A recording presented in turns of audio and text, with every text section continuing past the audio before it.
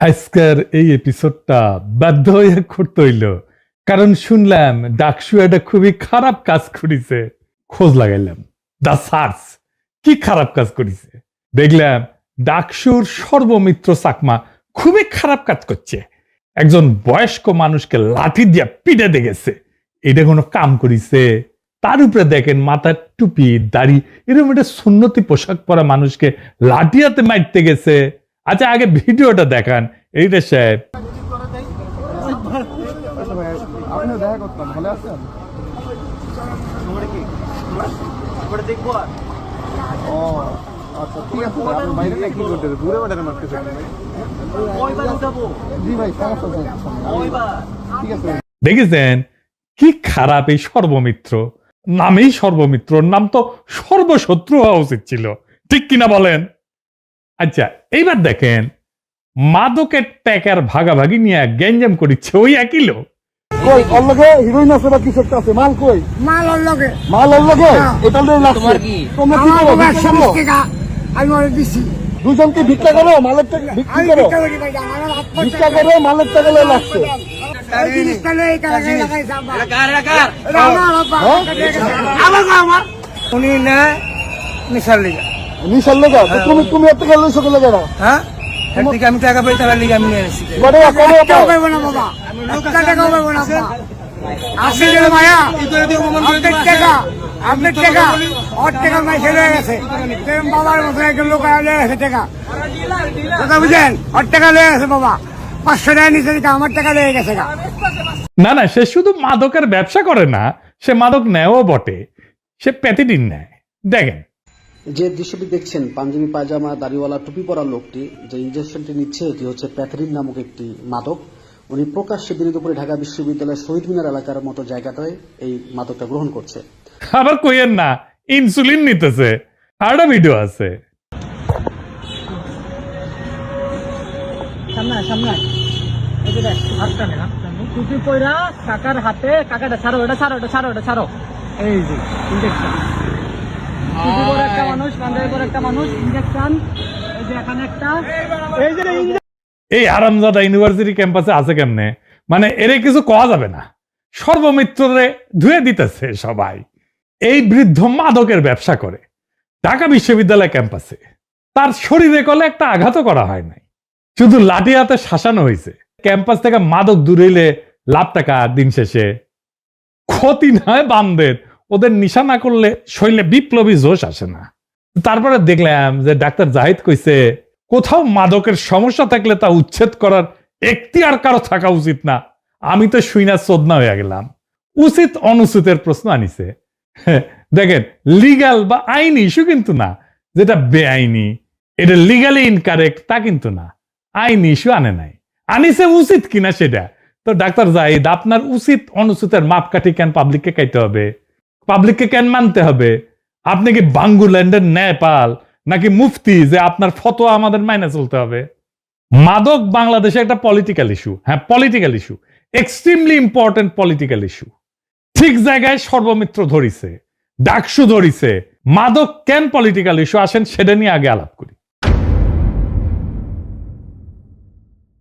হাঙ্গারে বন্ধু দেশ আছে না এটা, হ্যাঁ খুবই বন্ধু।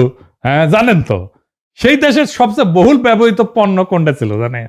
জানেন বাংলাদেশে কোনটা সবচেয়ে বেশি চলিচ্ছিল 90-এর দশকে? জানেন এটা? ফেন্সিডিল।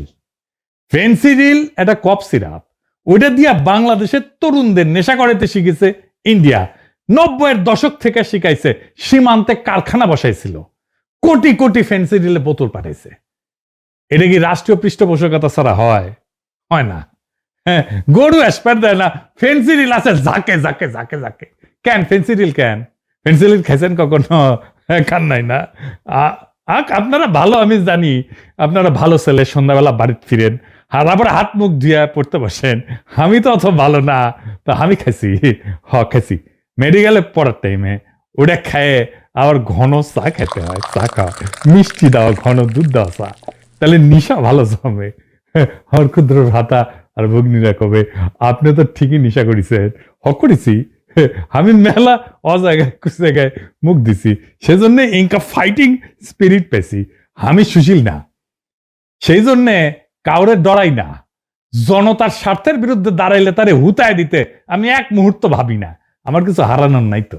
যাই হোক, ফেন্সির নিশার ব্যাপারে আসি। ও তো ফেন্সিকে হায় আল্লাহ, খালি জিমাই। তো এই জিমানিটাই চাই ইন্ডিয়া। বাংলাদেশের তরুণ যুবক এমন একটা নিশা কইরা জিমাক, সে নিশা কম টাকায় যেন কিনতে পারে, তারপরে ধ্বংস হয়ে যাক। তারা যেন স্বপ্ন না দেখে, তারা যেন প্রতিবাদ না করে, তারা যেন দাসের জীবন মাইনা নেয়। এভাবেই আফিম খাওয়াইয়া চাইনিজদের বুত কইরা রাখিছিল ব্রিটিশরা। চীনের আফিম আসক্তির ঘটনা জানেন না? আসেন এটা এবার শুনেন। চীনকে আফিম খাওয়ায় বুত কইরা রাখা হইতো। এটা শুধু একটা ঐতিহাসিক ঘটনা না, বরং বিশ্ব রাজনীতির সবচেয়ে গুরুত্বপূর্ণ ভূ রাজনৈতিক ষড়যন্ত্রগুলোর একটা। সেই একই ষড়যন্ত্র করেছে বাংলাদেশে ইন্ডিয়া, ফেন্সি ডিল দিয়া। 18 এবং 19 শতকে ব্রিটিশরা ইন্ডিয়া থেকে আফিম চীনে পাচার করত। তো এই আফিম দিয়ে এমন একটা বাণিজ্যিক ফাঁদ তৈরি করেছিল, যার ফলে চীনের যে রূপার ভান্ডার, এটা ধীরে ধীরে শূন্য হয়ে পড়ে। আগে চীনেরা ব্রিটেনকে চা, সিল্ক, পোর্সেলিন বিক্রি করত, এর বিনিময়ে রূপা পাইতো, অর্থাৎ রূপা চীনে ঢুকতো। কিন্তু ব্রিটিশরা যখন ভারতীয় আফিম চীনে বিক্রি শুরু করলো, তখন বিপরীত প্রবাহ তৈরি হলো। চীনারা আফিম কেনার জন্য তাদের রূপার মুদ্রা বিদেশে পাঠাইতে থাকে। এইভাবে কয়েক দশকের মধ্যে চীনের বৈদেশিক রিজার্ভ, রূপার মজুদ পুরা জয় বাংলা হয়ে যায়, মুদ্রাস্ফীতি বাড়ে, কৃষক ব্যবসায়ীরা দেউলিয়া হয়ে যায়, আর প্রশাসনে দুর্নীতি, সামাজিক পতন শুরু হয়। ফলে চীনের অর্থনৈতিক এবং নৈতিক কাঠামো ভেঙে পড়ে এবং মানুষকে মানসিকভাবে বশীভূত করে ফেলে। যখন চীনের সম্রাট এই মাদক বাণিজ্য বন্ধ করতে চায়, তখন ব্রিটেন বাণিজ্যের স্বাধীনতার অজুহাতে যুদ্ধ চাপায়, যা ইতিহাসে আফিমের যুদ্ধ নামে পরিচিত। এতে চীনকে হংকং ছাড়তে হয়। চীনের হংকং এর যে মালিকানা ছিল সেটা ছাড়তে হয়। অনেকদিন কিন্তু এটা ব্রিটিশ শাসনে ছিল, কিছুদিন আগে ছেড়ে দিচ্ছে। এটা বন্দর খুলে দিতে হয়, এমনকি মাদক ব্যবসাকে বৈধ করতে হয়। এই আফিম নীতি ছিল এক ধরনের উপনিবেশ, যেখানে বন্দুক না, আসক্তি ছিল অস্ত্র। চীনারা আজও ওই সময়কে এক শতাব্দীর অপমান বলে মনে রাখে এবং তাদের বর্তমান রাষ্ট্রীয় নীতি গড়ে উঠছে এই প্রতিজ্ঞায়, আর কখনো আমাদের জাতিকে আফিম খাওয়ায় ঘুম পাড়ানো যাবে না। বুঝেছেন? এই মাদক একটা সিম্পল জিনিস না, এটা জিও পলিটিক্যাল একটা ইস্যু। বর্তমান দুনিয়ায় মাদকই হয়ে ওঠে অপরাধ, সন্ত্রাস, অস্ত্রের একটা উৎস। এইটারে বামেরা গ্লোরিফাই করে, কেমন জাউরা দেখেছেন? এই মাদকের ব্যবসার আস্তানা উৎখাত করা এক দেশপ্রেমিক বৈপ্লবিক কর্তব্য। এখন প্রশ্ন হইতেছে, এইভাবে সর্বমিত্ররা আস্তানা মাদকের ভাঙতে পারে কিনা? ডাক্তার জায়েদ যে কইছে না, কোথাও মাদকের আস্তানা থাকলে তা উচ্ছেদ করার এখতিয়ার কারো থাকা উচিত না। এইটা আপাতভাবে আইনের শাসন রক্ষার যুক্তি মনে হইলেও বাস্তবে এটা একটা বিপজ্জনক সামাজিক নিষ্ক্রিয়তাকে উৎসাহ দেওয়া হয়। মাদক কিন্তু কোনো ব্যক্তিগত অপরাধ না, এটা এক ধরনের সামাজিক সংক্রমণ। যেখানে একটা এলাকায় মাদকের আস্তানা তৈরি হয়, সেখানে অল্প সময় স্কুল পড়ুয়া থেকে শুরু করে রিক্সা চালক সবাই জড়ায় পড়ে। তাই মাদকের প্রতিরোধ শুধু পুলিশের কাজ না, পুলিশ এটা পারবেও না একা, সমাজকে আগায় আসতে হয়। তার মানে নাগরিক প্রতিবাদ, সামাজিক বয়কট, প্রকাশ্যে চিহ্নিতকরণ, এই সমস্ত আইনি না, এই সমস্ত পদক্ষেপ এবং সামাজিক উপায় কিন্তু কার্যকর। এখন যদি কেউ বলে উচ্ছেদ কারো এখতিয়ার না, তাহলে পরোক্ষভাবে সে বলতেছে যতক্ষণ আইন না আসে ততক্ষণ সমাজ চুপ থাকবে। কিন্তু ইতিহাস বলছে নীরব সমাজই মাদক ব্যবসার প্রধান আশ্রয়দাতা হয়ে দাঁড়ায়। এইটাই করতে চাইতেছে ডাক্তার জাহিদেরা। তাই মাদক বিরোধী সংগ্রাম কেবল রাষ্ট্রের না, পুলিশের না, সমাজেরও দায়িত্ব। আইনি পদক্ষেপের আগে সামাজিক প্রতিবাদী আসল প্রতিরোধের দেয়াল গড়ে তোলে। আর সমাজ যদি নীরব থাকে, তাহলে আইনেরও কিছু করার থাকে না। আমরা আমেরিকার উদাহরণ দেখতে পারি। আমাদের আমেরিকার উদাহরণ দেখলে সুশীলেরা তখন একটু নইরা চইরা বসে আর কি, আমেরিকার যেহেতু হয়েছে তাহলে ঠিকই হয়েছে, তাই না? এটা মার্কিন রিপোর্ট, এটাতে দেখা গেছে যে CRDA এই নামের একটা উদ্যোগে 10টা শহরের স্থানীয় নাভাল সামাজিক সংগঠন, চার্চ, হাউজিং কর্তৃপক্ষ এবং পুলিশ একসঙ্গে কাজ করছে। মাদকের সমস্যায় আক্রান্ত এলাকায় প্রতিবেশীরা সক্রিয় হয়ে মাদকের আস্তানা চিহ্নিত করছে এবং রিপোর্ট করছে, নিয়মিত সমিতির মিটিং করছে এবং সামাজিক রেসপন্স কমিটি গঠন করছে। এই ধরনের সামাজিক অংশগ্রহণের ফলে শুধু আইন প্রয়োগ না, নাগরিক শক্তিও বাড়ছে। মাদকের যেটা আস্তানা, এইটা আসলে একটা সামাজিক বিভাজনের চিহ্ন। মানে এটা বুঝতে অসুবিধা হইতেছে সামাজিক বিভাজনের চিহ্নটা কি। এই কথাটা কিন্তু দার্শনিকভাবে অত্যন্ত গুরুত্বপূর্ণ, কারণ এই কথাটাই বলে যে মাদক কেবল একটা অপরাধ না, বরং সমাজের গঠন এবং তার ভাঙনের একটা গভীর সংকেত দেয়। এই বিষয়টা আরেকটু বিস্তারিত ব্যাখ্যা করি। প্রথমে এটা সমাজ বিজ্ঞানের ব্যাখ্যা। আস্তানা মানে হচ্ছে সামাজিক বিচ্ছিন্নতা। একটা মাদকের আস্তানা আসলে কেবল একটা জায়গা না, এটা সমাজ থেকে বিচ্ছিন্ন মানুষের একটা মিলনস্থল, যেখানে মানুষ আসে অর্থনৈতিক হতাশা থেকে, সামাজিক অবমূল্যায়ন থেকে, বেকারত্ব থেকে অথবা পরিচয়ের সংকট থেকে পালাইতে। অর্থাৎ সমাজের যে মূল ধারা এর ভেতরে যারা স্থান পায় না, তারা ধীরে ধীরে ধীরে ধীরে আস্তানা নামের একটা সমান্তরাল সমাজে প্রবেশ করে। এভাবেই মাদক আস্তানা আসলে একটা নতুন সামাজিক শ্রেণীর জন্ম দেয়, যেখানে মানুষের নাগরিক না, বরং সমাজের মধ্যে যারা অন্তর্ভুক্ত হইতে পারে না তাদের একটা অস্তিত্ব হইয়া দাঁড়ায়। ব্রাজিলে রিও ডি জেনেরোতে এখানে ক্র্যাকোল্যান্ডিয়া এই নামে একটা এলাকা আছে। সেখানে মাদক শুধু আসক্তি না, বরং গরিব বঞ্চিত মানুষের অর্থনৈতিক এবং সামাজিক অবদমন এইটাই প্রতিফলিত করে। গরিব এবং বঞ্চিত মানুষের যারা অর্থনৈতিক এবং সামাজিকভাবে বিচ্ছিন্ন, তাদের একটা আস্তানা হয়ে দাঁড়ায়।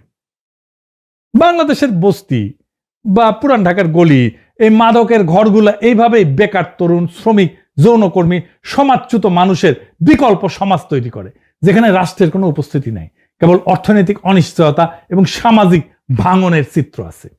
সমাজ বিজ্ঞানী লোইক ওয়াকা উনি বলছিলেন, মাদকের আস্তানা সামাজিক পতনের কারণ না, বরং এইটা সমাজ যাদেরকে ত্যাগ করছে তাদেরই একটা প্রকাশ। এই জায়গায় আস্তানাগুলোতে, মাদকের আস্তানা, রাষ্ট্র অনুপস্থিত হয়ে যায়, সমাজ অনুপস্থিত হয়ে যায়। একটা রাষ্ট্রের দায়িত্ব হলো নাগরিকদের নিরাপত্তা, সুযোগ, মর্যাদা এগুলো নিশ্চিত করা। তাই রাষ্ট্র যখন এই কাজগুলো থেকে সরে দাঁড়ায়, তখন এই শূন্য স্থান পূরণ করে অবৈধ শক্তি, মাদক ব্যবসায়ী, স্থানীয় দখলদার, প্রভাবশালী গোষ্ঠী। এই কারণে রাজনৈতিক তত্ত্বে বলা হয় এই যে মাদকের আস্তানা, এগুলো ছায়া রাষ্ট্র, এবং এইখানে সুশাসন এটা ফেল করছে, ব্যর্থ হয়েছে। মেক্সিকো, কলম্বিয়া, এগুলোর কথা শুনছেন না? মাদক চক্র এখানে দারুণ শক্তিশালী। এরা শুধু অর্থ উপার্জন করে না, বরং স্থানীয় প্রশাসনের বিকল্প সরকার হয়ে দাঁড়ায়, আইন প্রয়োগ করে, নিরাপত্তা দেয়, এমনকি সামাজিক সাহায্যও করে। তার মানে মাদকের আস্তানা মানে হইল রাষ্ট্রের ব্যর্থ উপস্থিতি, যেখানে আইন, কল্যাণ, নৈতিক কর্তৃত্ব বিলুপ্ত হয়ে যায় রাষ্ট্রের। এখানে রাষ্ট্র নাই হয়ে যায়। এই জায়গায় জনগণ রাষ্ট্রের প্রতি আস্থা হারায় এবং সমাজ দুই ভাগে বিভক্ত হয়, রাষ্ট্রের দ্বারা সুরক্ষিত নাগরিক এবং রাষ্ট্রের বাইরে বেঁচে থাকা নাগরিক। এই বিভাজনই মাদকের আস্তানার প্রকৃত রাজনৈতিক অর্থ। ফরাসি দার্শনিক মিশেল ফুকো এবং জর্জিও আগাম্বেন দুজনেই বলছেন, আধুনিক রাষ্ট্র সমাজের কিছু মানুষকে বর্জিত বা নগ্ন জীবন অবস্থায় ঠেলে দেয়, এক্সক্লুডেড বা বেয়ার লাইফ বলছে। তাদের কোনো সামাজিক মর্যাদা বা রাজনৈতিক মূল্য থাকে না, তারা কেবল বেঁচে থাকে, কিন্তু নাগরিক না। মাদকের আস্তানা এই নগ্ন জীবনের ভৌগোলিক প্রতীক। এখানে মানুষ আইনি বা সামাজিক স্বীকৃতি হারায়, এক ধরনের সমাজ বিচ্ছিন্ন অস্তিত্বে নেমে আসে। তারা রাষ্ট্রের শাসনের বাইরে, কিন্তু নজরদারির ভিতরে তারা একসঙ্গে অদৃশ্য এবং নিয়ন্ত্রিত। এই কারণে ফুকো বলছিলেন, যখন ক্ষমতা নিজেকে এখান থেকে প্রত্যাহার করে নেয়, তখন এখানে মাইক্রো পাওয়ার, ছোট ছোট ক্ষমতা এখানে উদ্ভব ঘটে। মাদকের আস্তানা সেই নতুন মাইক্রো পাওয়ার, ছোট ছোট ক্ষমতা, যেখানে রাষ্ট্র নাই, কিন্তু ভয়ের অভ্যাসের এক নতুন শৃঙ্খলা জন্ম নেয়। তাই এই মাদকের সমস্যাকে কেবল আইন দিয়ে দমন করা যায় না। এটার বিরুদ্ধে লড়াই মানে হলো সমাজে এদেরকে পুনরায় অন্তর্ভুক্ত করা, সম্মান, পুনর্গঠন এবং অর্থনৈতিক পুনর্বাসন। ছাত্রদলের জিএস প্রার্থী আমাদের সকলের প্রিয় হামিম সর্বমিত্রের ভিডিও শেয়ার দিয়ে বলছে, এটা ডাকসুর কাজ না, উচ্ছেদই ডাকসুর কাজ। হামিম, পুনর্বাসনের কাজ সরকারের, কিন্তু রাষ্ট্রের বাইরের এই মাদকের ছায়া রাষ্ট্রকে আমরা চুরমার করে দেব। শুধু ডাকসুতে না, পাড়ায়, মহল্লায় মাদক উচ্ছেদ কমিটি গঠন করতে হবে। মাদকের আস্তানা ভেঙে চুরমার করে দিতে হবে। যারা এর প্রতিবাদ করবে, সুশীলতা দেখাইতে, তাদের শাটার হাড্ডি ভেঙে দিবেন। যদি মনে করেন মুরব্বী সুশীল, তাহলে আপাতত লিস্টি করে রাখেন, আমি দেশে ফিরলে নিজের হাতে হোগার বাটাম খুলে নেব। আমাদের আর অপেক্ষা করার সময় নাই, আমাদের নীরবতা এখনই ভাঙতে হবে। মাদকের আস্তানা শুধু একাধিক অপরাধীর ঠিকানা না, এটা আমাদের সন্তানদের স্বপ্ন, আমাদের লোকালয়ের মর্যাদা, আমাদের দেশের ভবিষ্যৎ কেড়ে নিতেছে। ডাকসু হোক, পাড়া কমিটি হোক পুলিশ হোক, শিক্ষক হোক, সবাই মিলে স্পষ্ট একটা বার্তা দিতে হবে, মাদকের সমাজে স্থান নাই। এটা শান্তিপূর্ণ কিন্তু অনর লড়াই, মাদককে সামাজিকভাবে নির্বাসিত কইরা সমাজকে পুনরায় অন্তর্ভুক্তির পথে নিয়ে যাওয়ার একটা লড়াই। আফিমের মতো আমাদের ফেন্সিডিলের দাস বানানো যাবে না। মাদকের বিরুদ্ধে আমাদের লড়াই চলবে, সর্বমিত্রদের লড়াই চলবে, তাদেরকে যারাই থামাই দিতে আসবে তাদের বিরুদ্ধে আমাদের লড়াই চলবে। ইনকিলাব জিন্দাবাদ।